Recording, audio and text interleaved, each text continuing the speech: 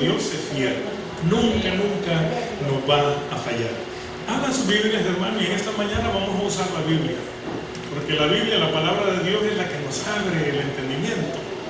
Nos ayuda en todo momento. Nos reconforta. Abran sus Biblias en la lectura bíblica que tuvimos.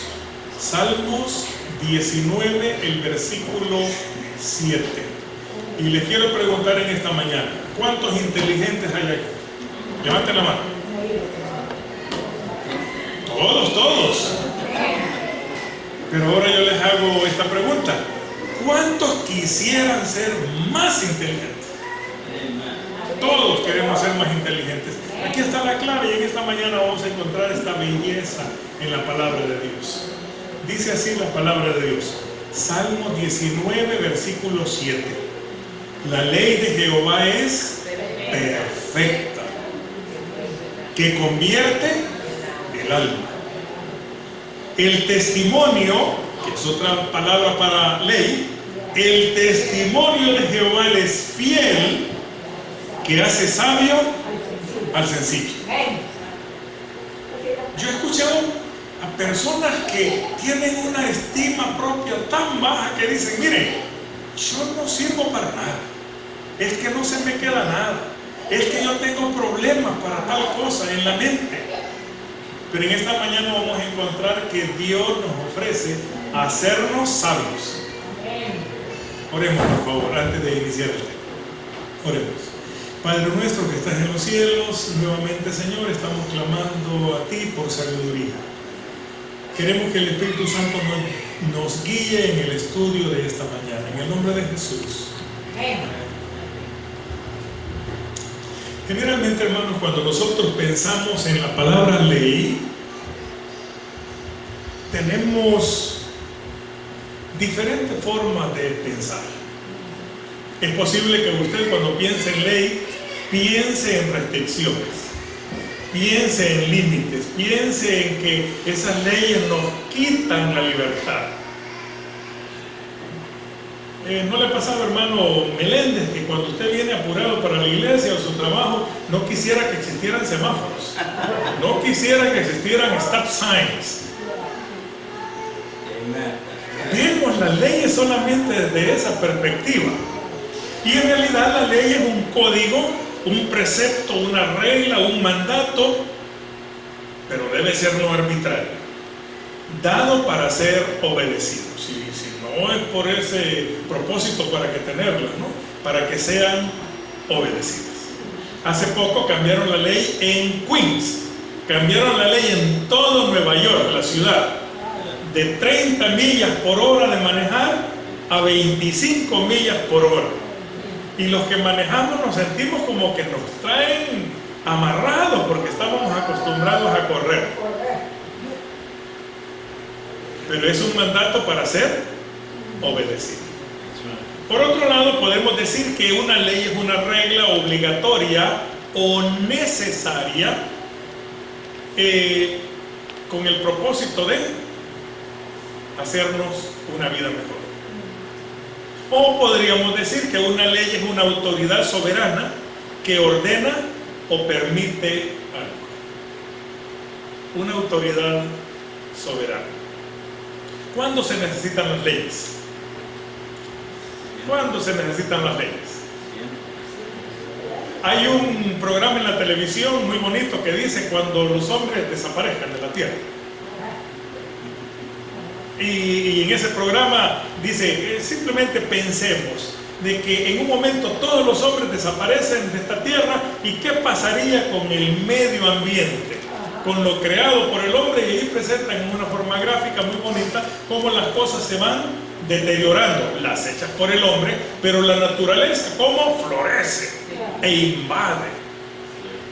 ¿Habría necesidad de ley para hombres en ese mundo? Ya no, porque no existirían hombres. Imaginémonos que aquel Robinson Crusoe llegó a una isla, estaba solo. ¿Necesitaba ley? ¿Ese hombre solo en esa isla? Llegamos a pensar que no. Pero aún yo solo necesito leyes para mí. Necesito, mire, llegaría un momento en que Robinson Crusoe dice, no, yo tengo que bañarme. Porque ni él mismo ya podía soportar su propio olor. Yo necesito un método para sobrevivir aquí. Si él no hubiera creado un método, hubiera perecido en la isla. Por lo tanto, la ley es necesaria aún para una sola persona. Pero qué tremendo cuando ya hay dos personas que entran en contacto. Adán y Eva. Dios dijo, por amor a esta pareja yo le voy a poner leyes. Porque la individualidad de Adán y la individualidad de Eva, y cada quien poniendo su ley, pero entonces tenía que haber una ley en medio de ellos, para la convivencia de ellos, para el bienestar de ellos. Las leyes han sido dadas para que sirvan a dos o más personas, a una sola persona, ¿no? En las relaciones humanas se necesitan muchas leyes. Imagínense ustedes qué sería la ciudad de Nueva York sin ley. ¿Qué sería la ciudad de Nueva York sin ley? Yo no había llegado todavía a Nueva York, pero me cuentan que allí por los 60 hubo una tremenda apagón en la ciudad de Nueva York que fue terrible, ¿no? En una ciudad sin ley por unas horas. Terrible. En Israel hubo una época en que no había ley, y si había ley no había personas que pusieran el orden para velar por esa ley, en la época de los jueces, ¿se recuerdan? Y dice el libro de los jueces que en esa época cada uno hacía como mejor le parecía. En otras palabras, cada uno hacía su propia ley. Y hubo una época en los Estados Unidos que decían la ley del oeste, ¿se recuerda? La ley del oeste, es decir, la ley del oeste era la ley del más fuerte. El que más tenía poder con armas, ese era el que gobernaba. Era un caos. Pero si ustedes van conmigo al libro de 1 Corintios, en el capítulo 14 y el versículo 40, encontramos ahí que Dios quiere que nosotros nos rijamos por leyes. ¿Qué dice? 1 Corintios 14, 40. ¿Qué dice? Pero hágase todo decentemente y con orden. 1 Corintios 14, 40. Dice así. Pero hágase todo con decencia y con orden. Dios es un Dios de orden. En el hogar debe haber orden, en la iglesia debe haber orden, en la sociedad debe haber orden. Cuando se dan las leyes, la ley refleja claramente el carácter de quien la da. Y en este caso Dios revela su carácter a través de su ley, de sus leyes.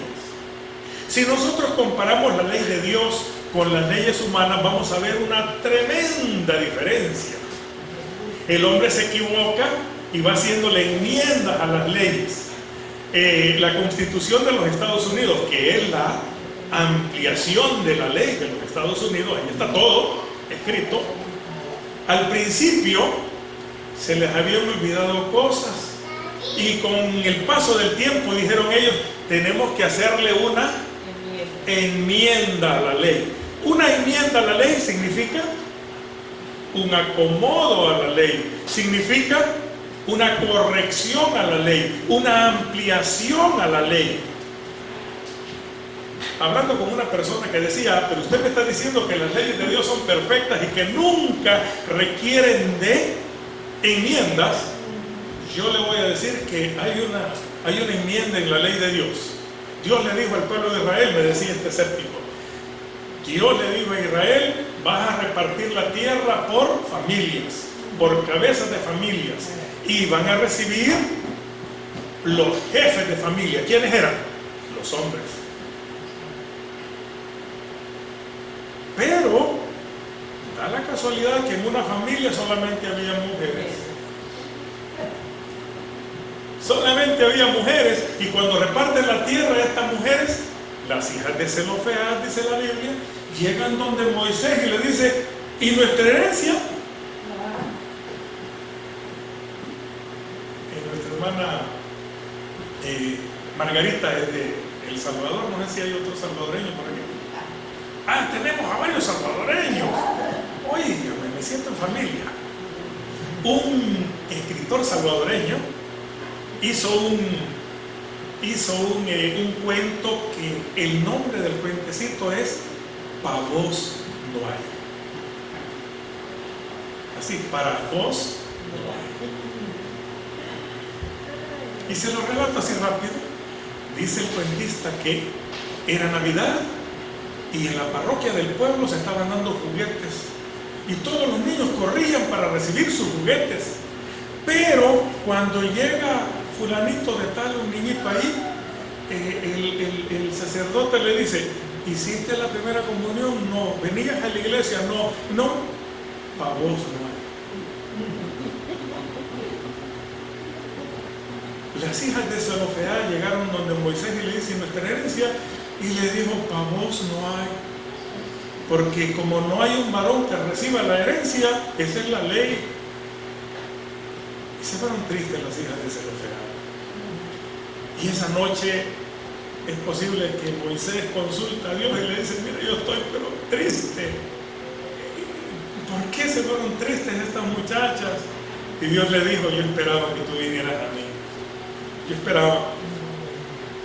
Y le dijo Dios: bien han hablado las hijas de Zelofehad, y ellas merecen también herencia. Aparentemente era una enmienda, estaba criticando a Dios, pero no, Dios no se equivoca. Dios estaba esperando que el hombre se diera cuenta que todos son iguales a los ojos de Dios. Y las hijas de Zelofehad tienen esta herencia. El autor de las leyes revela su carácter. Hay un fulano de tal por ahí que dijo: pues la ley dice que yo no me puedo reelegir, cambio la ley. ¿Verdad que fácil? Revela el carácter, ¿verdad? Otro dijo: miren, los niños de este lugar me son una amenaza y por lo tanto matemos a los niños. ¿Se recuerdan quién lo hizo? Dos por lo menos, en las Sagradas Escrituras. Y así nosotros podemos ver cómo las leyes de Herodes, de Nerón, del faraón, de Hitler, leyes que eran contrarias a la humanidad. Leyes de segregación. Y en el nombre de Dios se han dado leyes. ¿Sabían ustedes que en 1100, no recuerdo, no les voy a decir la fecha exacta, se me acaba de olvidar, pero ese es en el siglo XII, un papa Inocencio, de apellido Inocencio, pero no era tan inocente, creo yo, se le ocurrió la ley de que aquel que no creyera en el Dios como ellos creían, iba a pasar por un juicio.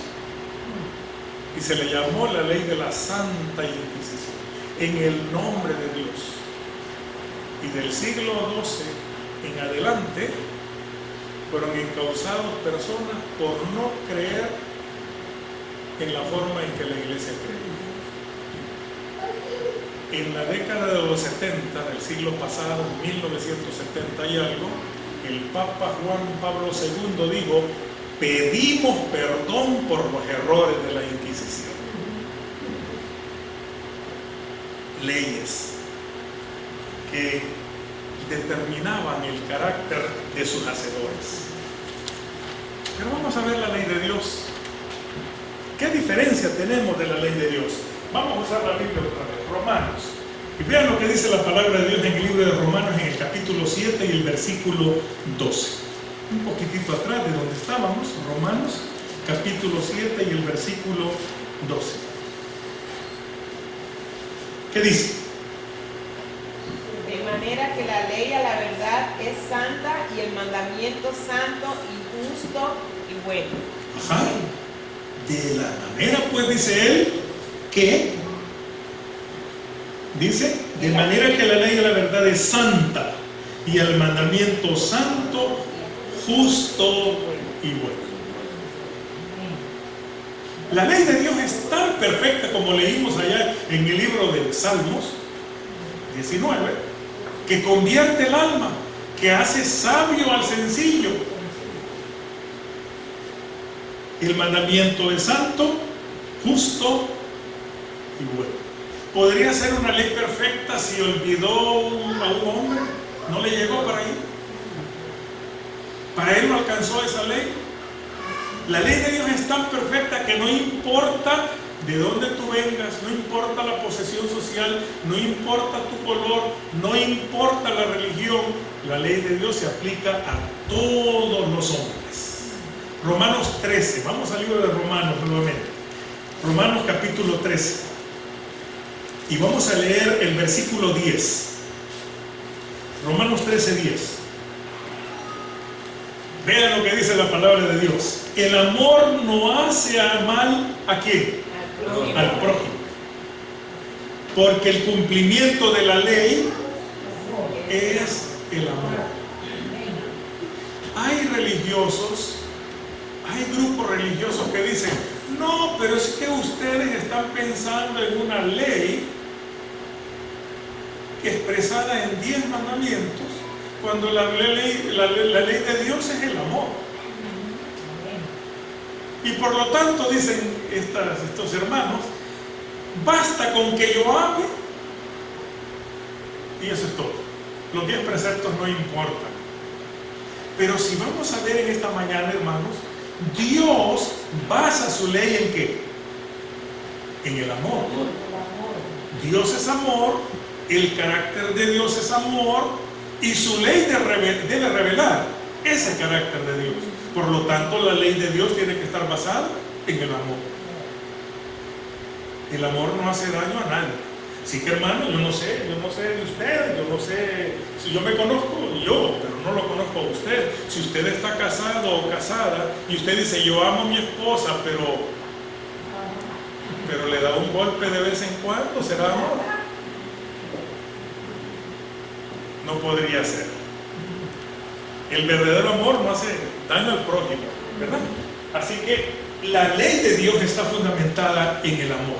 En el libro de Santiago vemos otra característica de la ley de Dios. Santiago capítulo 2 y el versículo 12. Santiago capítulo 2 y el versículo 12. ¿Lo tiene? Sí. Así hablar y así hacer como los que habéis de ser juzgados por la ley de libertad. Cuando tenía de jovencitos a mis hijos, y yo creo que esta es la experiencia de todos los que somos padres, en un momento los muchachos, los teenagers, llegan a decir, ¿no?, a los padres, pero ¿por qué, papi, me pones control? ¿Por qué me pones límites? ¿Por qué me pones restricciones? ¿Por qué no me dejas de ser libre?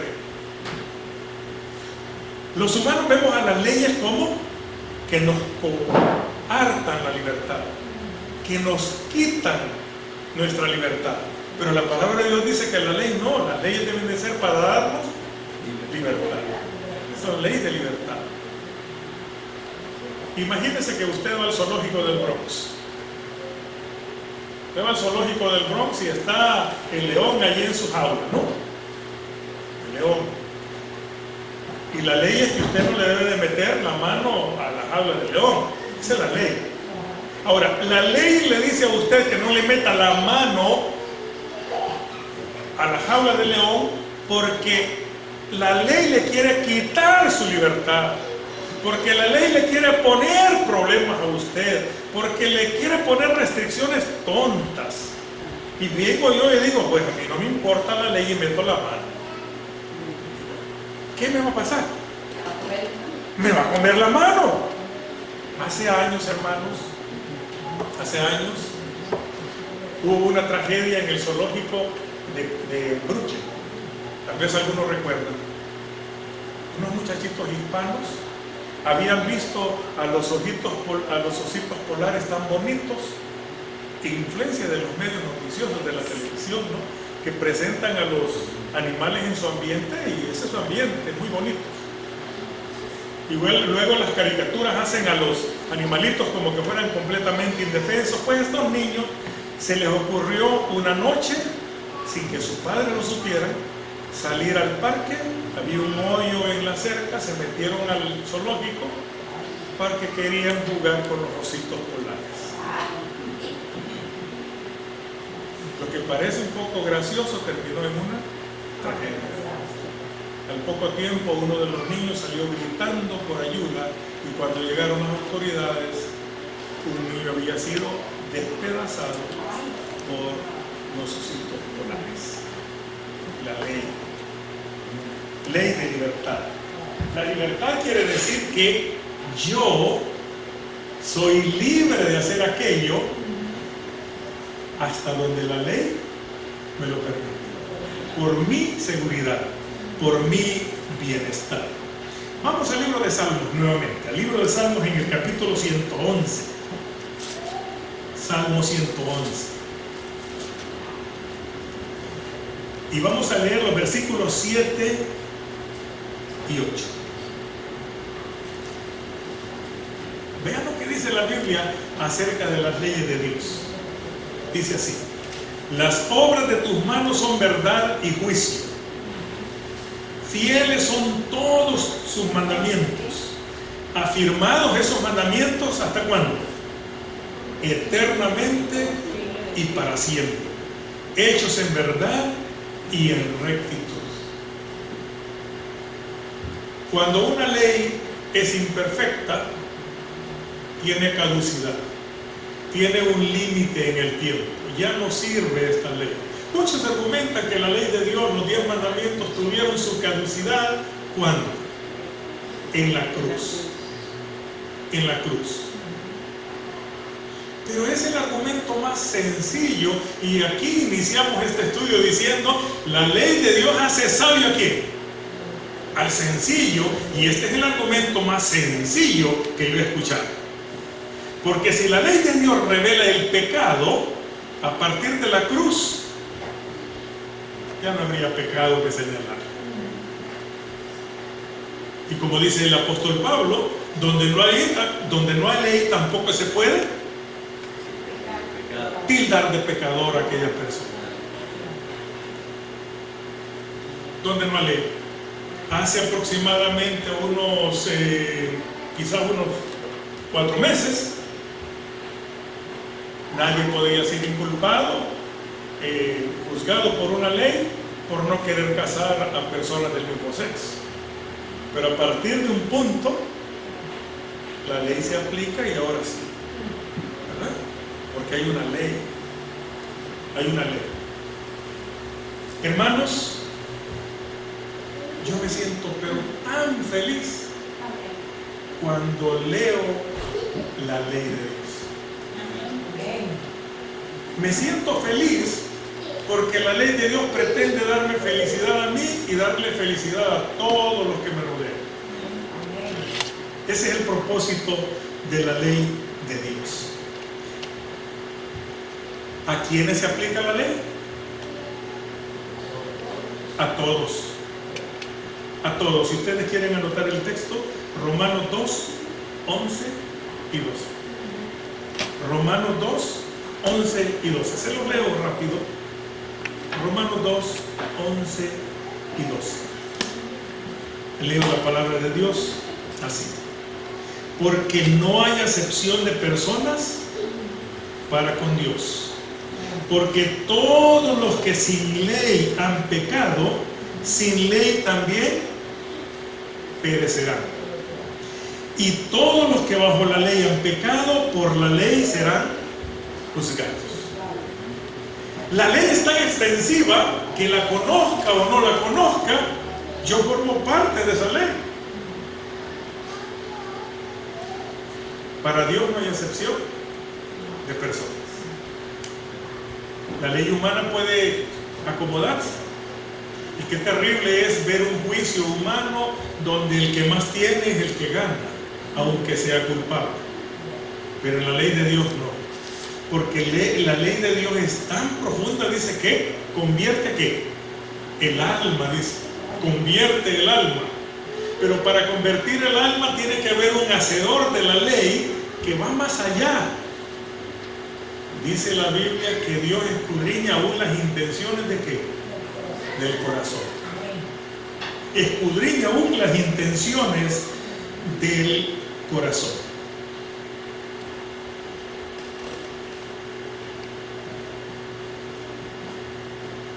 Le preguntaron a Jesús en una ocasión para tentarlo: Maestro, ¿cuál es el primer mandamiento de la ley?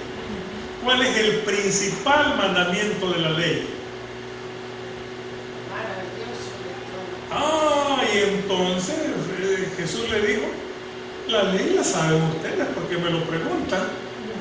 Amarás al Señor tu Dios de todo tu corazón, con todas tus fuerzas y con toda tu mente y con toda tu alma.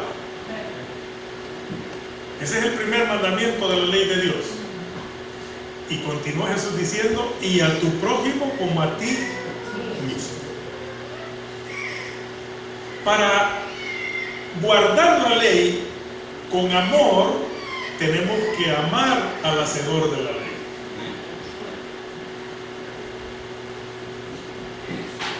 Cuando usted no está de acuerdo con el dador de la ley, va a haber conflicto. Y por eso es que vienen los problemas en las sociedades, en las naciones, ¿no? El hombre está enojado con su presidente y todas las leyes que dan los presidentes, por lo tanto, le van a parecer malas, absurdas. Pero qué bueno es cuando la gente ama a un presidente y no importa lo descabellado que sea una ley, al final la gente termina amando esa ley. En el caso de Dios no es así, porque Dios no se equivoca y por lo tanto la ley que Dios da es perfecta para nosotros. Amamos a Dios y amamos sus leyes. En el libro de Deuteronomio, en el capítulo 6, del versículo 4 en adelante, allí es que está el asiento de esas palabras que dijo Jesús. Dios le dijo al pueblo de Israel: Israel, escucha, Jehová Dios uno es. Y estas palabras que yo te refiero hoy, y amarás al Señor tu Dios de todo tu corazón, dijo él, estarán primero en tu corazón y tú las repetirás a tus hijos. Y le dijo en todo momento, ¿no? En muchas ocasiones, hermanos, cuando nosotros tenemos hijos que no aman a Dios y se olvidan de la ley de Dios, es porque quizás nosotros nos olvidamos primero de haber puesto esa ley en nuestro corazón. Pero esa es la cadena. Tenemos primero que amar esa ley para transmitirle esa verdad a nuestros hijos. Y el siguiente principio es: a tu prójimo como a ti mismo. Hay otro grupo de hermanos en la cristiandad que dicen: no, pero si es que no necesitamos de 10 preceptos, necesitamos de 2 nada más: amar a Dios y amar al prójimo. El primer grupo dijo el amor nada más, pero el otro grupo dice amar a Dios y amar al prójimo. Si vamos al libro de Éxodo en el capítulo 20, y esto quisiera que pusieran atención, miren, que es una forma tan sencilla de ver. Dios es el maestro más perfecto. Viene desde lo más elemental, ¿verdad? De lo más general hasta lo más específico. El fundamento de la ley es Dios, perdón, es el amor. El fundamento de la ley. Y si el amor es la base de la ley, de ese amor se derivan 2 preceptos. ¿Cuál es? Amar a Dios y amar al prójimo. Luego vamos al libro de Éxodo, en el capítulo 20. ¿Lo tiene? Sí. Luego Dios dijo: bueno, por si acaso tú no has entendido el mensaje que debes amar a Dios y amar al prójimo, ahora yo te voy a ejemplificar. Yo te voy a desarrollar ese concepto en forma más específica, para que después no digas que no entendiste. Primero, la ley de Dios es el amor. el amor a Dios y el amor al prójimo. Si se te olvida ese concepto básico, ahora que no se te olvide esto: no tendrás dioses ajenos delante de mí. ¿A quién amo? ¿A Dios o al prójimo? A Dios. Es un mandamiento que va dirigido a Dios, amor a Dios. No te harás imagen ni ninguna semejanza de lo que está arriba en el cielo, ni abajo en la tierra, ni en las aguas de debajo de la tierra. Ajá, ¿y qué más dice? No te inclinarás a ellas, ni las honrarás. ¿Por qué?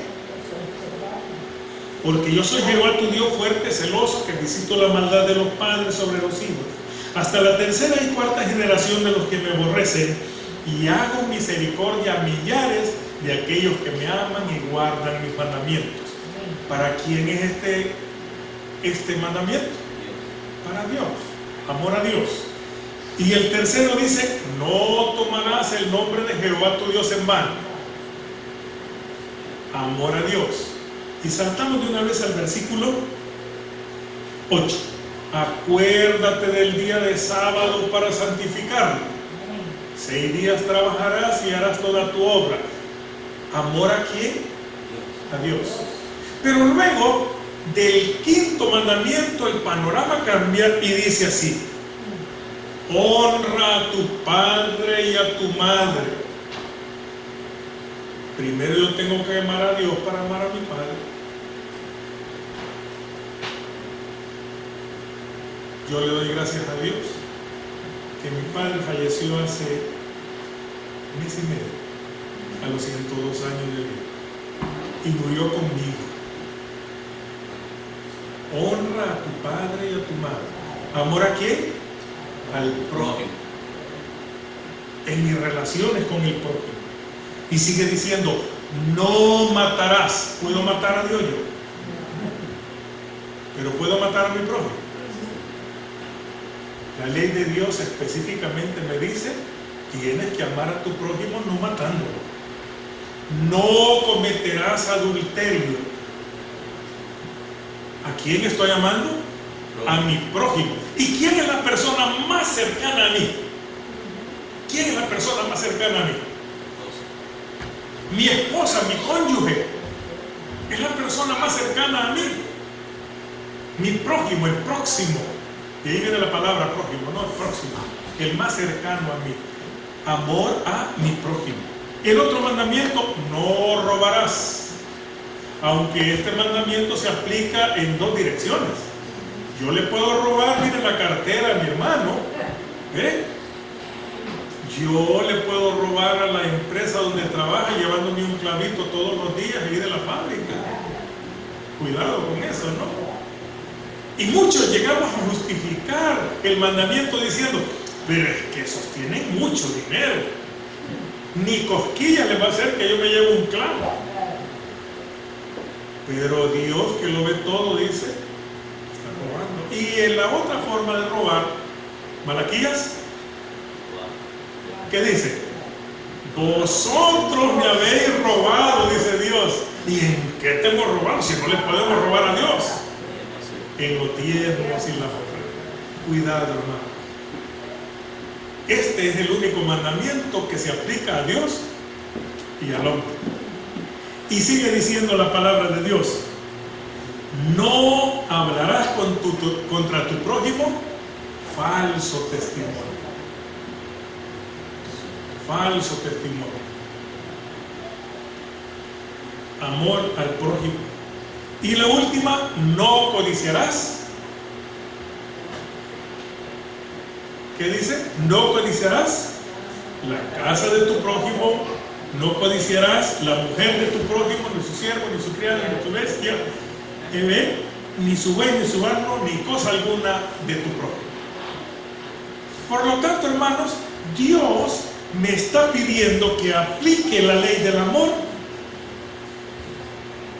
en esas 2 direcciones: mi amor a Dios y mi amor hacia mi prójimo. ¿Cuál es el propósito de Dios al darme los mandamientos? ¿A quitarme la libertad?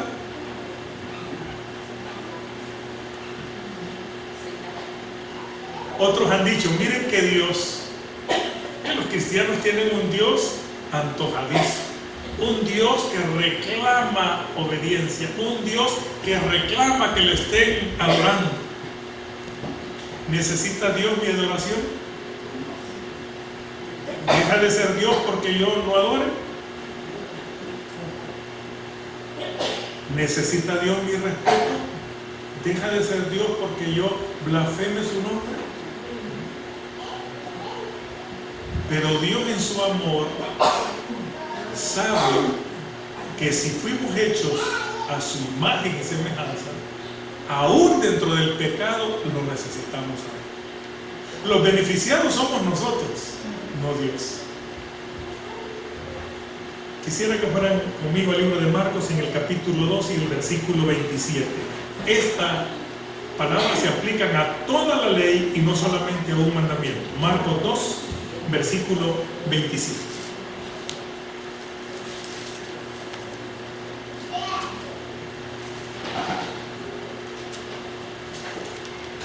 ¿Lo tiene?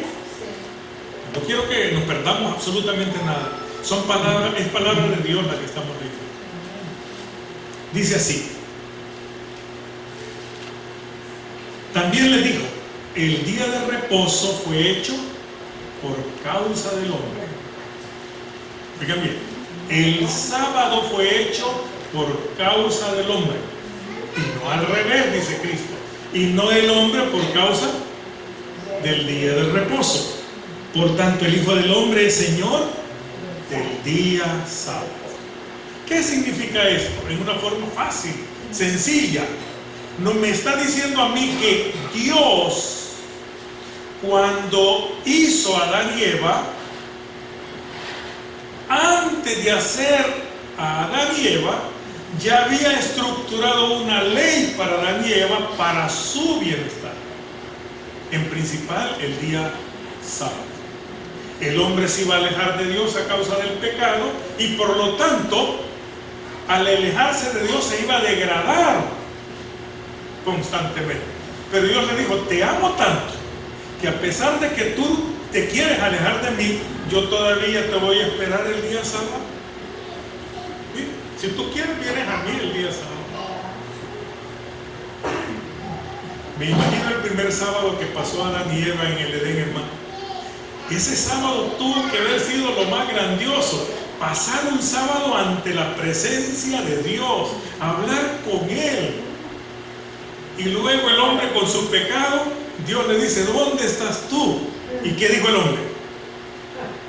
Aquí estoy, me escondí porque tuve miedo. El pecado separando al hombre de Dios y no Dios alejándose del hombre. Y entonces Dios le dijo, no te preocupes, el sábado te espero aquí, en el pecado del hombre. ¿Cuántos se sienten contentos ante la presencia de Dios? Y si aplicamos este concepto, hermanos, Dios dio la ley para beneficio de nosotros. Todos. ¿Cuántos quisieran tener peleas con su esposa? ¿Cuántos?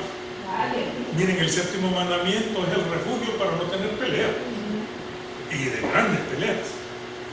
¿Cuántos que quisieran tener problemas en el trabajo y que los boten del trabajo? Pues ninguno. Mire, no robarás en tu trabajo. Para que veamos cómo la ley de Dios fue hecha para mi bienestar.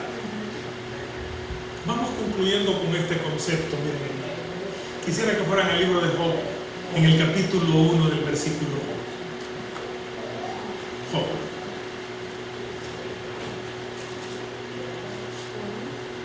El libro de Job. Les voy a contar así rápido la historia de Job.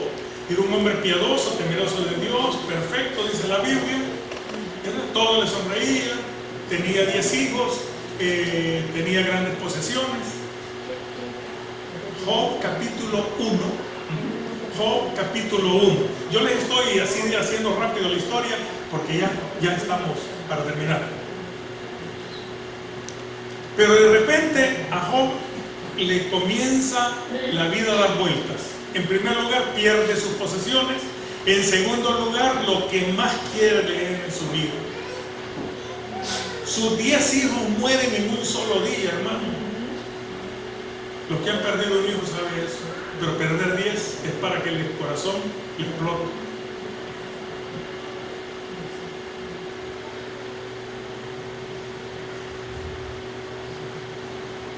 Hermanos, la ley de Dios es la garantía para tu victoria en contra de Satanás. No hay otra. Satanás llega donde Dios llega donde Satanás y le dice: no has encontrado a mi siervo Job, que es el hombre perfecto. ¿Y qué le dice Satanás a Dios? Versículo 9.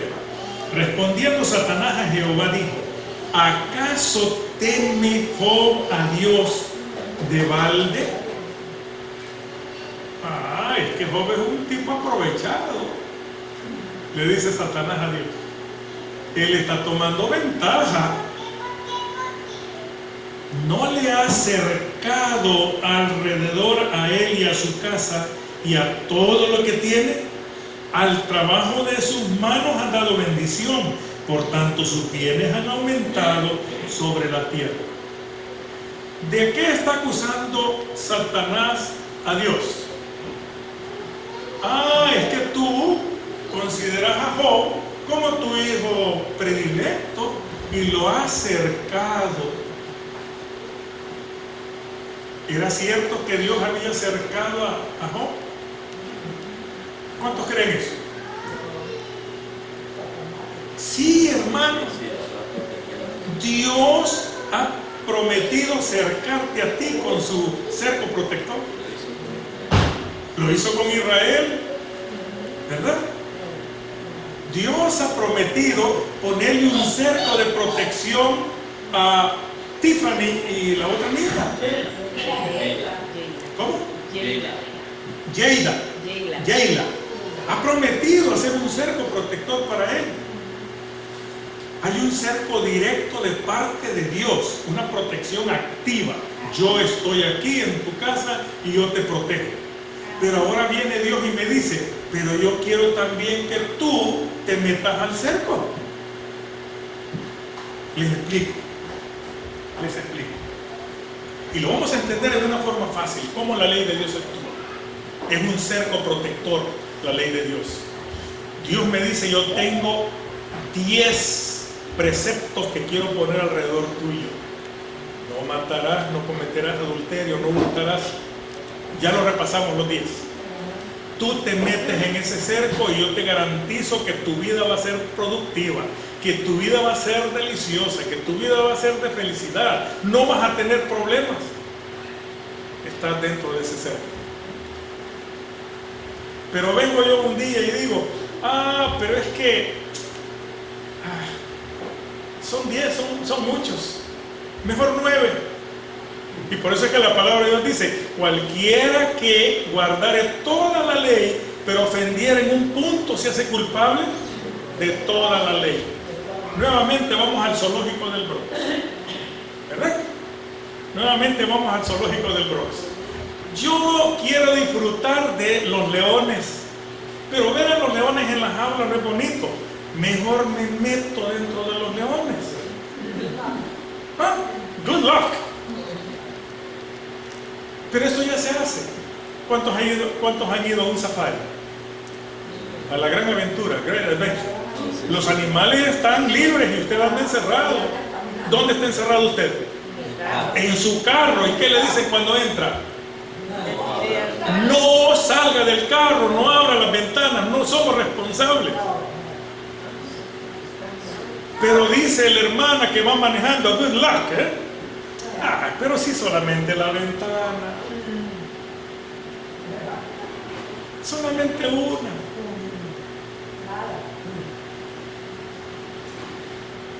Satanás está buscando entrar a tu hogar, entrar a tu vida y destruirte en el momento en que tú rompas cualquiera de los preceptos de Dios. Y estás perdido. El cerco protector de Job eran los 10 mandamientos a su alrededor. Era un hombre fiel a Dios, dice la palabra de Dios, recto en todo. Nadie lo podía tildar de ladrón, nadie lo podía tildar de adúltero, nadie lo podía tildar de que había descuidado a su padre y a su madre cuando viejitos. Tenía los 10 preceptos alrededor de él. En esta mañana, hermano, yo te quiero hacer un llamado a ti. Dios ha puesto, al igual que Job, ese cerco protector, los 10 mandamientos. ¿Quieres felicidad? Mantente dentro de ese cerco y Dios va a cumplir su promesa. Dios va a cumplir su promesa. Dios nunca falla. La ley de Dios no es una ley de restricciones, es una ley perfecta de amor. ¿Cuántos quieren orar en esta mañana para que Dios le ayude con el poder del Espíritu Santo a mantenerse fieles a Dios? La ley nos salva. Con esto terminamos. La ley nos salva, ¿verdad? ¿Quién salva? Cristo Jesús, el dador de la ley. Cristo Jesús, el dador de la ley. La ley puede decirme, no metas la mano a la jaula, pero la ley me va a salvar. Mi mano va a estar protegida en la medida en que yo obedezca esa ley. Vamos a ponernos de pie y vamos a tener una palabra de oración por aquellos que quieran mantenerse dentro del cerco de Dios. ¿Qué les parece? Dentro del cerco de Dios. Oremos. Padre nuestro que estás en los cielos, te pedimos, Señor, que en todo momento nosotros respetemos tu ley. Solo Cristo salva. Pero Cristo, el dador de la ley, me dice, si me amáis, guardad mi mandamiento. Queremos guardarlos, Señor, por amor a ti.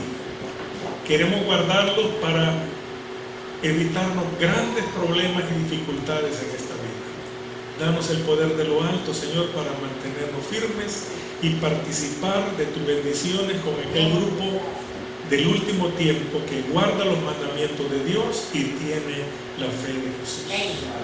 Bendice a esta iglesia, Señor, en el nombre de Jesús. Que Dios les bendiga, querido.